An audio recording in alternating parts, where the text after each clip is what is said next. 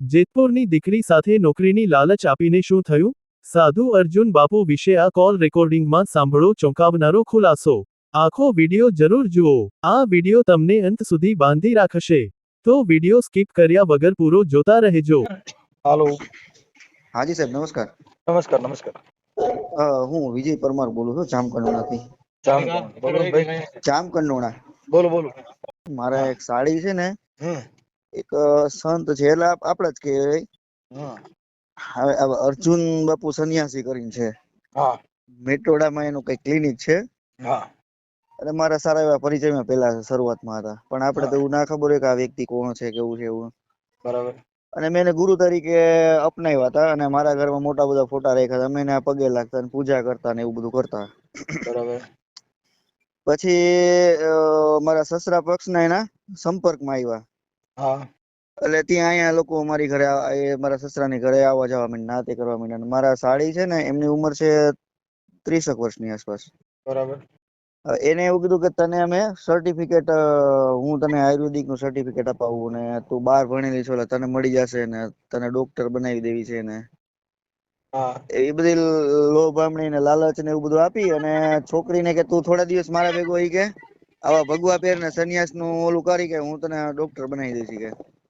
હા અને હાલ અત્યારે પરમ દિવસે છોકરી પાસે ઈ થોડાક દિવસ એવું કર્યું હોય તેના મમ્મી પપ્પા ને કહીને, હા અને અત્યારે હાલમાં એ બેન અહીંયા પોલીસ સ્ટેશન નિવેદન લખાવી પરમ દિવસે. હા અને એ ભાઈ અત્યારે એના ભેગા લઈને વયા ગયા છે. હા તો હવે અમને કઈ રસ્તો મળતો નથી. અમે તો વાલ્મીકી સમાજના બધાને મળીને બેઠા છીએ અહીંયા. મને કે તમે એક કામ કરો, આપણે રાઠોડ સાહેબ છે એને વાત કરો ઈ કે હા. તમને કઈક રસ્તો આપશે ઈ કે. આની ઉંમર કેવડી છે છોકરીની? 30 વર્ષની આસપાસ. અનમેરિડ છે. હા એમ નહીં, એટલે આ સન્યાસી હતા બાપુ? બાપુ સન્યાસી હતા ને ઓમ એનો પરિવાર છે આખો સન્યાસી રાજકોટમાં. મૂળ તો સન્યાસી ન હોય ને, બાઈ જડી ન હોય એટલે પરાયણે સન્યાસી કહેવાય. એની તો 50, એની તો 55 વર્ષની ઉંમર છે. એને 2 દીકરા છે, 2 દીકરીઓ છે, મેરિડ છે, ઘરમાં ઘરવાળી સરસ મજાની છે. હા તોય કેમ આને અપનાવીને આને ભેગી લઈ ગયા આવવાનું કારણ?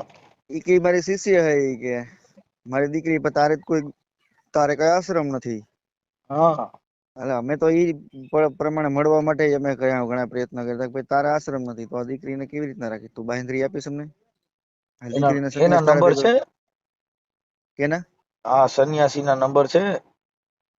નંબર નથી અત્યારે મારા પાસે.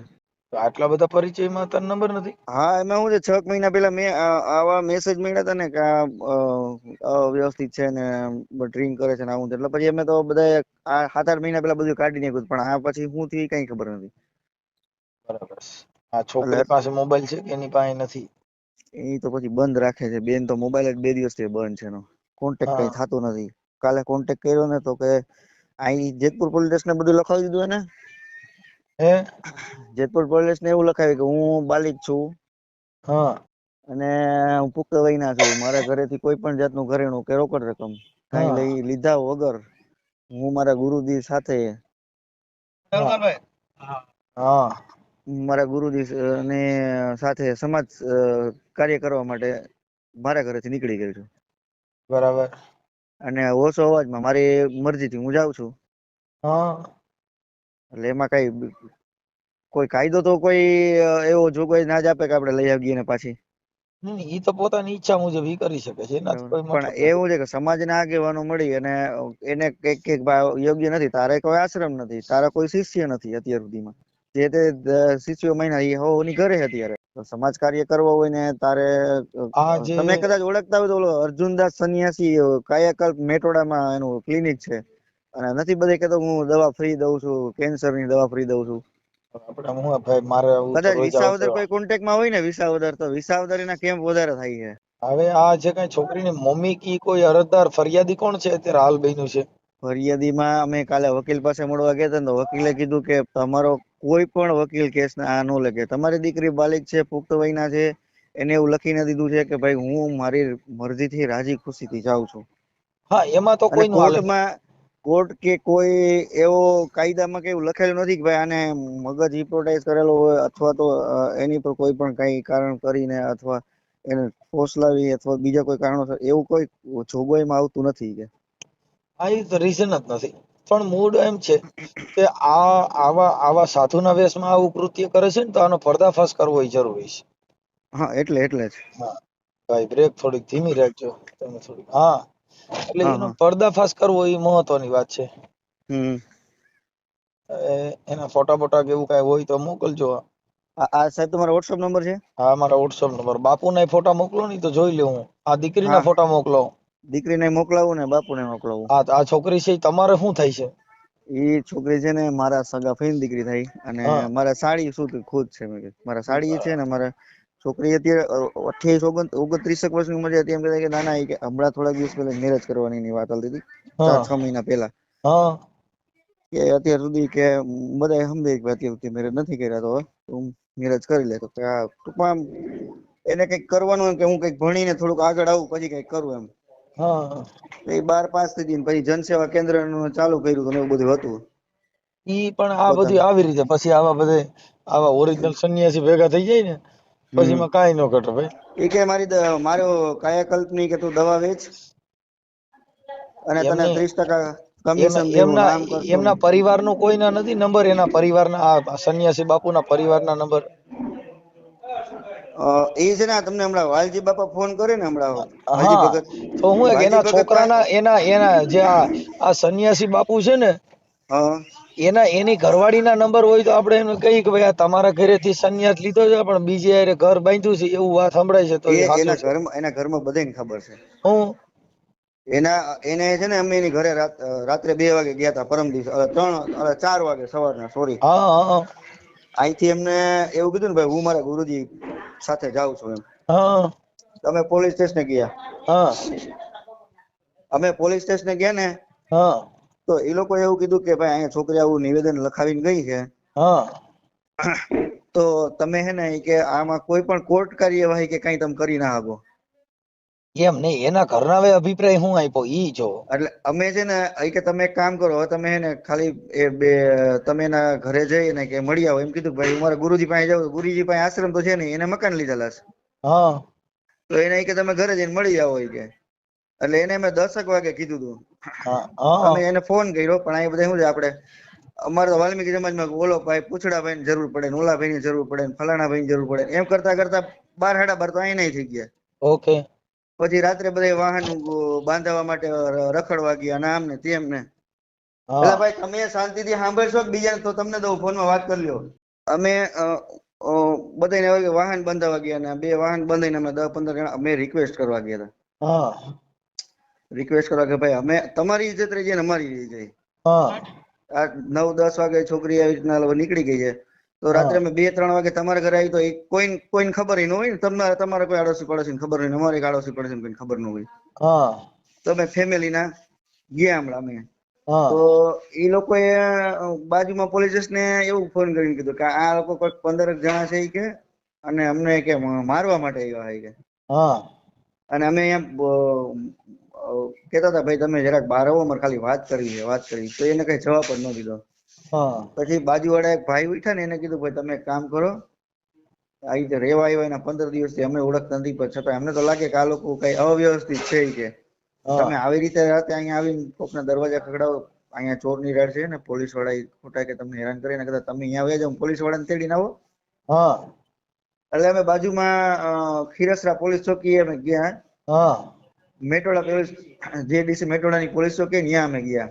હા તો કે હાલો કે તમને કે તમારે કઈ જગ્યાએ જવું છે? મેં કીધું અમારે આ જગ્યાએ જવાનું છે આવી રીતના. હા તો કે એ હા લોકો હમણાં ફોન કરીને ફરિયાદ કરી કે તમે 10-15 જણાને મારવા જાવ. મેં કીધું તો તમારી પાસે અમારે આવવાનો પ્રશ્ન છે? હા હવે તમે જેતપુર પોલીસ ચોકી મેં કીધું ફોન કરીને પૂછો કે ભાઈ અમે ત્યાંથી કહીને જ આવી છીએ કે અમે વાત કરવા માટે જાય છે. હા પણ એક છે અમારી ભૂલ છે, અમારી 2-4 કલાક મોડું થઈ ગયું છે એમ. હા એ અમારી ભૂલ છે કે ભાઈ રાત્રે સવારમાં 4 વાગે કોઈનો દરવાજો આપણે ખખડાવાય નહીં. પણ દીકરીની જાર છે ભાઈ, તો રાતે 2 વાગે કોકની ઘરે જવું પડે, 3 વાગે જવી કે ભાઈ અમારી દીકરી અહીંયા છે તો ભલે એને સંન્યાસ લીધો સેફ છે કે ભાઈ આશ્રમ છે તો તું રાખીશ, અથવા તારી પાસે આશ્રમ નથી તારા ઘરે તું રાખીશ તો એની બાહેંધરી હું કે ભાઈ તું આને વ્યવસ્થિત રાખી, અથવા બીજા કોઈ આની ઉપર કઈ નહીં થાય, હા અથવા તે આગળ કઈ એવો એને કોઈ બ્લેકમેલ કરતો હોય, કઈ કુકર્મ કરીને કોઈ ફોટા કે વિડીયો કે આ તે કરીને તે કોઈ આવો દબાણમાં નકર છોકરી આટલું બધું લખાણ કરી કે મેં સંન્યાસ લઈ લઉં છું, હું કુંડળ પહેરી લીધા હે ને એને જે એની જે લેંગ્વેજ હોય ને આપણે હા સાધુ સંતોની લેંગ્વેજ હા ઈ એને પેપર ઉપર લખીને દીધેલું છે. એટલે પેપર ઉપર કઈ છોકરીને તો એટલું બધું તો નોલેજ ના જ હોય એમ. એમ નહીં, ભલે ને લખી દીધું પણ એની ઈ નકલ લીધી તમે? હા, નકલ છે મારા પાસે.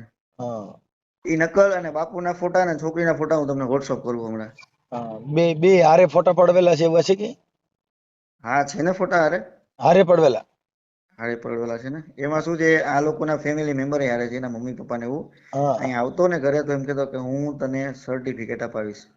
હા અને એ સર્ટિફિકેટ ના ફોટા છે ને, સર્ટિફિકેટ આપણે નેચરોથેરાપિસ્ટ ડિપ્લોમાનું હોય અને ઈ છે ને ઈ સર્ટિફિકેટ એક ડુપ્લિકેટ છે. ઈ જે સામે વાળો ભાઈ છે ને ઈ આની હારે મળેલો હે, મને એવું ડાઉટફુલ છે. ઈ કાંઈ જે કાંઈ હોય ઈ તો હા લોકો આ બધા બજારમાં રખડતા જ હોય સર્ટિફિકેટ વેચવા માટે તો. ઓકે. પણ એવું છે કે આપણી સમાજમાં આ બીજી કોઈ દીકરી પર આવું ના કરે એવું પણ અમારે તમે કઈ કરવું. આખી અમે વાત વાલ્મીકી સમાજ તમારી પાસે અપેક્ષા રાખીએ કે ભાઈ આવું અમે નાના સમાજ છે અરે ભાઈ, આપણે બધા એક જ સમાજમાં આવી છીએ. આ ઓડિયો તમારો કદાચ ક્લિપ ચડાવવાની થાય તો તમારી મંજૂરી છે, તમારી ઈચ્છા છે? હા હા, તમે વાયરલ કરી દો વિડીયો ગમે એ જગ્યાએ. હા, તો એમના ફોટા બોટા ને એવું મોકલો કે ભાઈ આ સંન્યાસી નું બાનું કરીને આવું બધું કરી અને આ છોકરીને ફસાવી હતી. હા હા અને આ બાપુ છે, એનું નામ ઠામ ને એવું બધું દ્યો ને ઈ જે ફરિયાદ લખાવી ને એની નકલ મને મોકલી દ્યો હા, હું તમને વોટ્સઅપમાં. નકલ મોકલી દઉં. અને જો વિડીયો કઈ તમારે મૂકવો હોય તો એ પ્રમાણે વ્યવસ્થિત એના ફેમિલી મેમ્બર હારે તમને વાત કરાવીને એનો વિડીયો મૂકી દઈએ. હા, એ જે દીકરીની મમ્મી છે ને એની હારે મને વાત કરાવો ને, આ છોકરીની મમ્મી છે એની હારે. હા, હવે એની મમ્મી હારે વાત કરાવું ને એટલે તમે રેકોર્ડિંગ કરી હા, અને એ વિડીયો તમે મૂકી દો. ઓકે ઓકે સાહેબ. આપણે એના મમ્મીને હમણાં તમને ફોન કરીને સમજાવી દઉં કે ભાઈ તમે આ રીતના વાત કરો. કારણ કે 2 દિવસથી રોઈ રહીને એનું મગજ કામ નથી કરતો. હા હા, પણ એને જે કઈ એના ઘરે ઈ રાખો આવતા સાહેબ. હતા, હું હાલો. કરતા હતા, એ બધું હા, ઈ દઉં છું બેન ને આ આપું વાત દીકરીની કરું. માને આપો બધું ને. બોલવું પડશે. ઈ તમે હાજી સમજાવીને સાહેબ. મને રિંગ કરાવો. હાલો 2 મિનિટમાં કરાવું. ઓકે. હા, એટલે એના ફોટા બોટા બધા મૂકી દો એટલે તમારે ઝટકાવી દઉં. ઓકે ઓકે સાહેબ. હાલો. હાલો, હા, શું છે નામ તમારું? મારું નામ નિર્મળાબેન હરસુખભાઈ વાઘેલા. નિર્મળાબેન હરસુખભાઈ વાઘેલા, વાઘેલા. ગામ કયું છે? જેતપુર. જેતપુર. હા. તો અમારી દીકરીની ઉંમર કેવડી હતી? મારી દીકરીની ઉંમર 27 29 જેવું છે. આ બાપુ છે ઈ કયા ગામના હતા? ગામના મેટોડા ગામના હતા અને આયુર્વેદિક દવાખાનાના ડોક્ટર છે કે હું. અને મને બીપી ની તકલીફ થઈ ગઈ સાહેબ, એટલે ઈ અહીંયા આવતા જતા હતા, દવા દેવા આવતા હતા. હું તો બાપુનું નામ શું છે? અર્જુન બાપુ છે. બીજી અર્જુન. મને અર્જુન બાપુ. હા, કઈ સમાજના હતા ખ્યાલ છે? હરિજન સમાજ છે. એ તો બધા એક જ સમાજમાંથી આવે ને, આપણા વાલ્મીકી ના બધા. એટલે મને સાહેબ એમ કેવા માંડ્યા કે આ બેબીને તમે છે ને મારા પલ્ટી લેવા મોકલો ને એને આપણે આયુર્વેદિક દવાનું કરાવી કે અને જો દવા વેચે તો એને 30% કઈક ફાયદો થાય અને તમારી દવા ચાલુ થાય ને તમને સારું થઈ જાય કે અને કે તમે એના છોકરીના સલટી આપણે અપાવી શકીએ. એટલે સાહેબ બાપુ મારે એવું કઈ કરવું નથી, પેલા મેં એમ કીધું તો કે દવા વેચી શકે અને ડોક્ટર લઈને એને આવી જાય કે મેં કીધું મારે કે એને એમનેમ કેમ કરાવી કીધું તો કે હું સલટી અપાવીશ. તો સલટી અપાવવા ટાણે બાપુએ શું કીધું કે એને સંન્યાસ પહેરાવો ને તો કે સલટી મળે. અમારા સંસાદ ભેગું તો સંન્યાસ પહેરેલો હોય ને તો હાલે કે એમને અમે દીકરી ના લઈ જાય. તો મારી દીકરીને સંન્યાસ પહેરાવીને સલટી લેવા લઈ ગયા. બરોબર. હાલ હા, હા, બરોબર. એટલે પછી અમને તો નથી ખબર, અમે અભણ માણા, અમને શું ખબર પડે બાપુ કે આવી રીતનું આમ થાય કે અમે વારવા વાળા માણસ છે. અને પછી મારી દીકરી માથે શું કર્યું કે ખબર નથી. અત્યારે ક્યારે મારી ત્યાં ક્યારે છે, વહી ગઈ ક્યારે? સોમવારે વહી ગઈ. બરાબર. પોલીસ સ્ટેશનમાં લખાણ કરીને ગઈ કે એમ નામ? હા, એ બધું એના જેમ કરાવ્યું છે એમ લખાણ કર્યું છે અને મારી દીકરી એટલી બધી હોશિયાર નથી. કાંઈ વાંધો નહીં. આ તો સંન્યાસી છે કે સાધુ જ કે કેમ હતું? સંન્યાસી છે? ના બાપુ ના, સંસારી છે, સંન્યાસી નથી. 4 બચ્ચા છે એને ઘરે, એ બાયડી બચ્ચા વાળો છે. બરાબર છે. એની ઘરવાળીના કોઈના નંબર મળી જાય હશે ને બાપુના? અમારી પાસે એના કોઈના નંબર નથી. બરાબર છે. તમારે કેટલી દીકરીઓ? મારે 5 દીકરી ને 1 દીકરો. બરાબર. આ કેટલા નંબરની દીકરી હતી? આ મારે છે ને છેલ્લા નંબરની દીકરી હતી. બરાબર. સારું. હવે અત્યારે બાપુ લઈને વ્યા ગયા છે કે કોઈની ભેગી બીજે ક્યાંય વેગી છે? ના બાપુ ઘરે જ છે ને બાપુ ભેગી જ છે. બરાબર છે. એનો આશ્રમ છે કે ઘર છે? કાંઈ આશ્રમ નથી, ઘર છે એને નહીં, દવાખાનું માનીને બેઠો નહીં, સંસારી છે. કોઈ એને આશ્રમ નથી, કોઈ એવા ગુરુ નથી, એવા સેવકો નથી. એને ઈ ઘર બાંધીને બેઠો છે બાપુ. હવે આપણે શું કરવું કયો સાહેબ? મારી આપણે આમાં વિશ્વાસમાં ન પડવાય. કોઈનો વિશ્વાસ કરવો ને, આ બધા જે દુતારા દાઢી વધારીને ઢીલા કરીને આવે તો આપણે એમાં પડવાનું ન હોય. આપણે પડીએ એની દિશા જ થાય. આપણે તો આવી ઘરે નહોતું, ફોટા રાખ્યા હતા ને એની પૂજા કરતા હતા તઈ તમને ખબર નહોતી કે આપણા નોકરા ઈ? પણ અમને ખબર હતી કે આ આવી રીતનું આમ થાય કે અમારે બચ્ચા માથે આવું થાય, એવી તમને કઈ ખબર? તમે તો પણ બાપુના ફોટા રાખ્યા હતા ને ઘરે અને અગરબત્તીઓ કરતા હતા નહીં? એટલે એને કઈ એમ મામા માથે હું થયું હું કર્યું કઈ ખબર નથી પડી એમ. એ કાંઈ કર્યું નથી. આમાં વિશ્વાસ રાખવો એની દિશા બધાની આ જ હોય. અત્યારે તર્ક બુદ્ધિથી વિચારવું જોઈએ. આપણે ભણ્યા નહીં એટલે આપણી દિશા આ થાય. અને મારી દીકરીને એ રીતનું કીધું કે તને તો આમાં ફાયદો થાય ને દવા વેચ ને તું આ રીતે આવ ને. હવે તમારી આ દીકરી વહી ગઈ એનું નામ શું હતું? એના મનીષાબેન વાઘેલા. આખું એના બાપનું નામ આખું નામ શું છે? એનું હરસુખભાઈ વાઘેલા. મનીષાબેન હરસુખભાઈ વાઘેલા. હા વાલ્મીકી. હા હા. અને આ સાધુ હતા?